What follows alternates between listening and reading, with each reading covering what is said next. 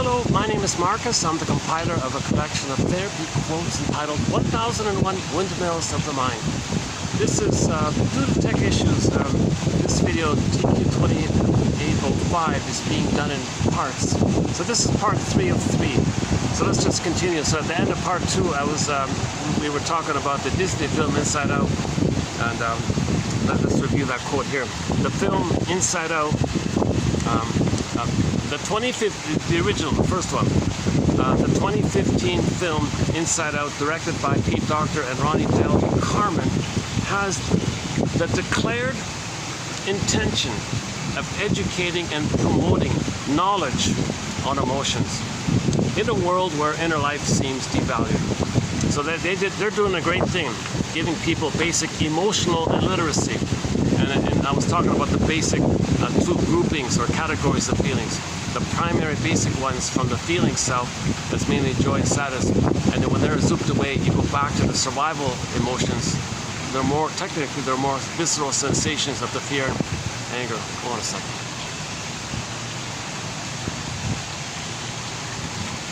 Now let's keep an eye on the battery this time. Geez, today's been an unusual day with the battery. I don't know what's going on. Anyways, never mind. So yeah, we're just launching into so I just saw the trailer. Yesterday I just saw the trailer of the sequel coming out later this year in June of 2024. I'm posting this in April of 2024. So the trailer just came out, and I talked about it yesterday. So let me just update it again a little bit. So the trailer shows us that at the end of the child phase, okay, up until age 12, I guess, the first sort of main phase up till 12, so before puberty. So that's sort of like the transition area. So then we saw at the end of part 1, oh, what's this button on the console? What's puberty? What's puberty? They said. They joked about it. No one knew what it was. They thought everything was going to be everything's going to be okay. Not realizing this transition, that there's a developmental kind of changing phase takes place. So we saw the demo crew come in, and they're playing the heavy metal song, bashing the console and all this. Everybody's freaking out. What's going on here? Well, we're building a new console for this new stage in Riley's life here. What do you mean? And then anxiety appears. So here's the thing. In the first movie, joy and sadness were zooped away, anger and fear and disgust were at the console. In the sequel,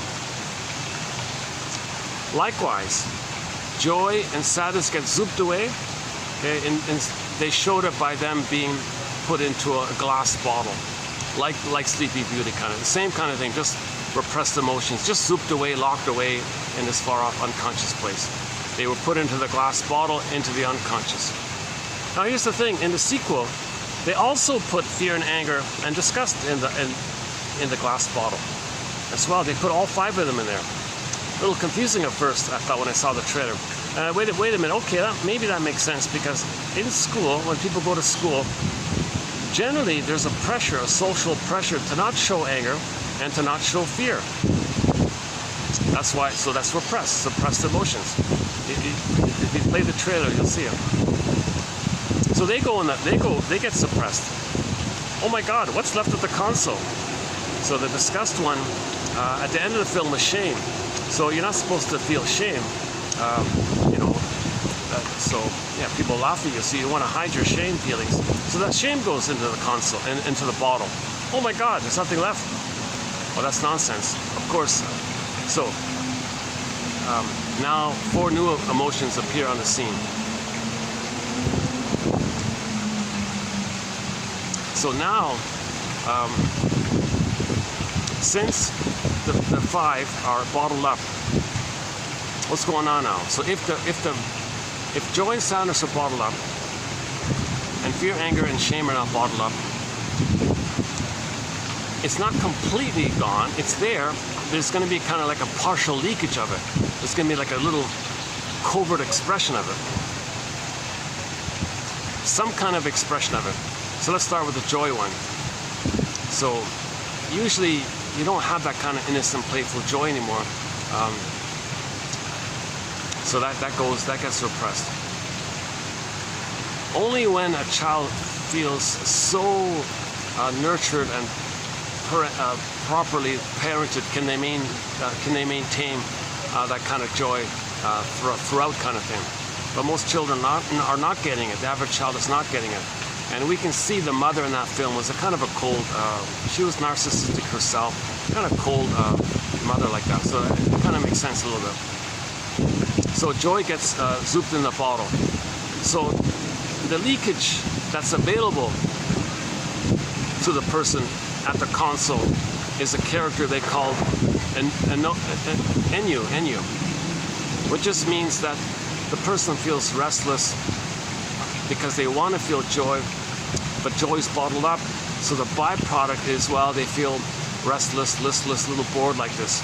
So they can feel joy. It's not anhedonia. They can feel joy, but since training with the mother and training with the school and training with the peers and training with society and training with it, you see, so joy is bottled up for a variety of reasons. So the animating expression of that will be the enyu character, saying, I want joy, but I can't express joy. So my boredom means I don't have joy. So enyu means I don't have joy, but there should be joy. There should be joy, but enyu means there should be joy. Enyu means joy is bottled up. So the enyu character means joy is bottled up. Put it that way.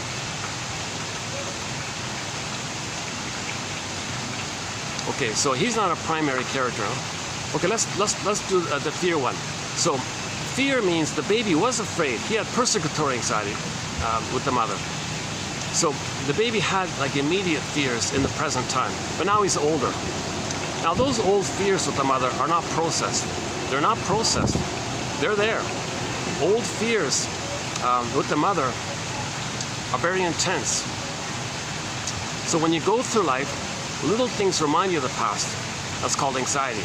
Anxiety means you're afraid because old fears from the past are coming up and you don't remember those old fears, but you're feeling the visceral sensations of the anxiety symptoms.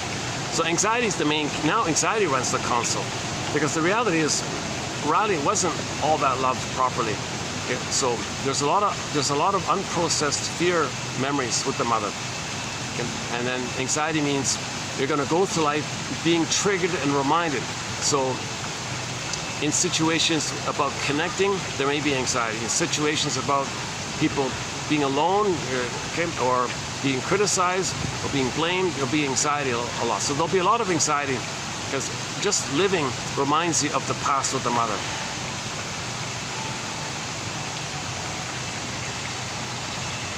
Maybe I should let me yeah, now that things are cooler, maybe I can hold on a second.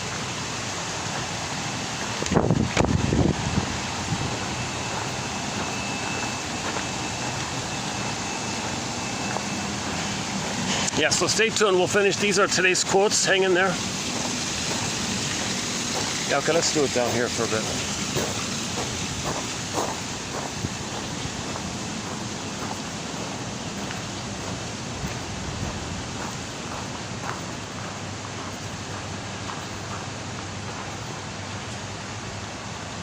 Oh, that's a little better. Yeah, okay.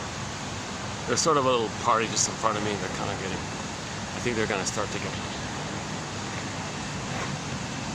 Okay, but I've got no fan here. Yeah, I'm going to start sweating. Well, and let's just do 10 minutes here and I'll go back. Maybe that group will calm down or something. In between, when the video was out, they were pretty loud for a little while.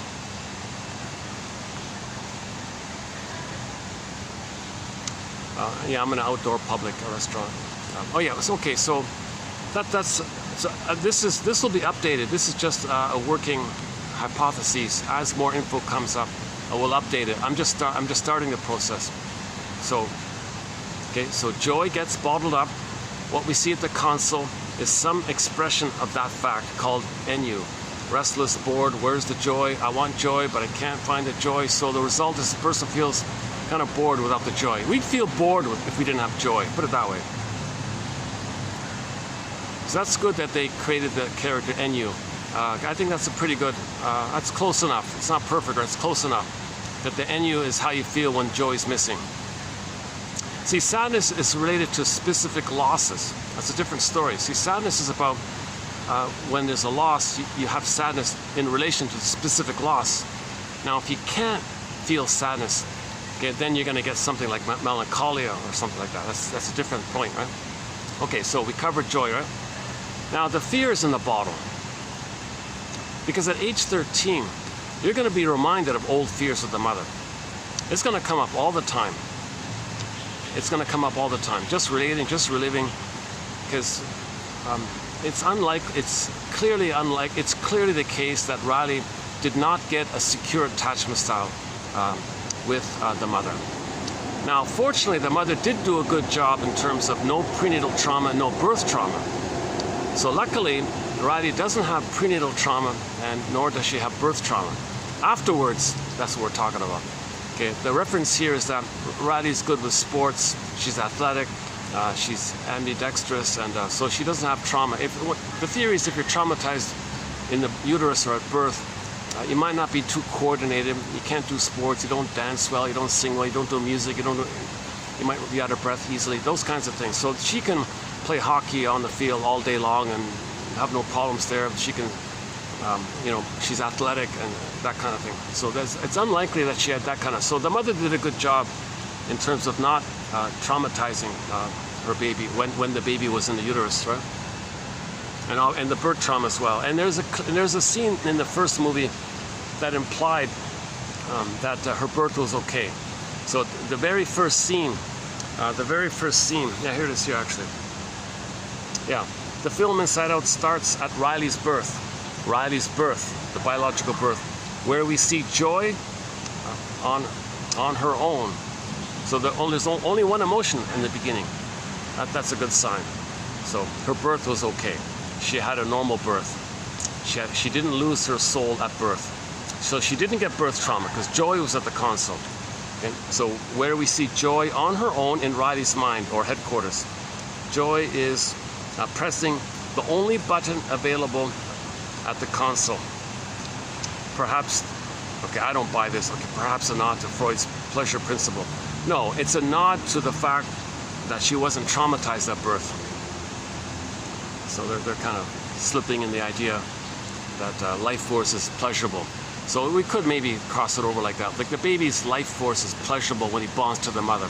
So there's joy like that. So do we call that the pleasure principle? It's a confusing term. Nobody uses it. But I think it's better to say, or more helpful to say, Riley wasn't traumatized at birth. So joy is still there. Joy is still there. The issue is after that. After that. Riley did not get, in my opinion, a secure attachment style following that. But luckily, she got the very important issue.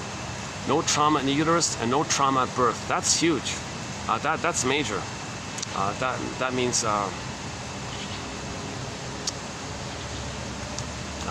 Riley won't have really extreme health issues or extreme disturbed personality or something like that.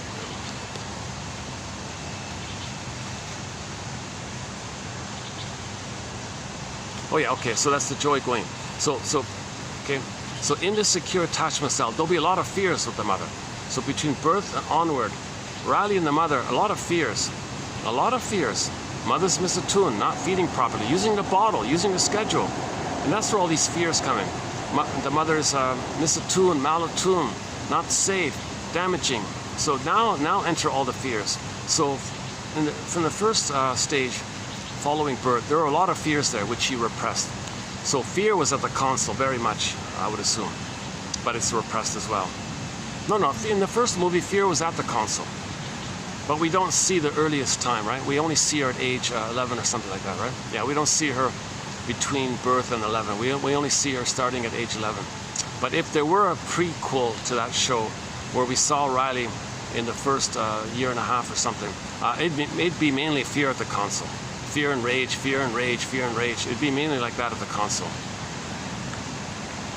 That's unprocessed. That's still in the timeless unconscious. Remember, that brain has no time.